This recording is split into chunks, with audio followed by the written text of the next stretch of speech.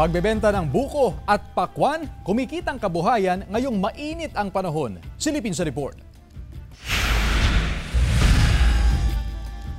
Aabot sa 2,700 piraso ng buko ang laman ng truck na ito na mula pa sa Baler, Aurora.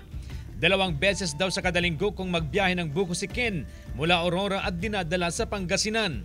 Yes po, opo, marami po.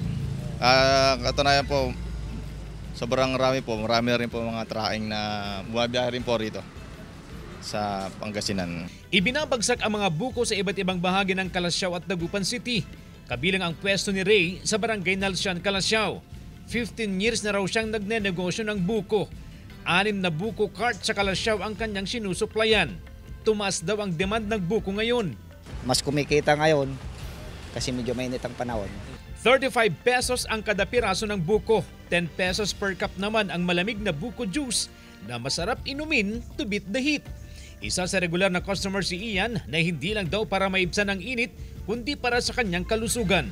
Kasi may kidney stone po ako. Bali po, daily po ako umiinom ng buko juice. Kumikitang kabuhayan din ngayong mainit ang panahon ang pagbebenta ng pakwan tulad ng pwestong ito ni Sarah May sa downtown Dagupan City. Dahil tumaas ang demand, tumaas din ang presyo nito mula sa 20 to 25 pesos per slice. Ngayon, pumalo na sa 30 hanggang 35 pesos. Ang jumbo size na dating 350 pesos, mabibili na rin daw ngayon sa 600 pesos. Pero pag Friday, Sabado, Linggo, malakas. Galing daw sa Bani ang mga panindang pakwan ni Sarah May. Kasama si Jing Dakanay, CJ Torida, One North Central Luzon.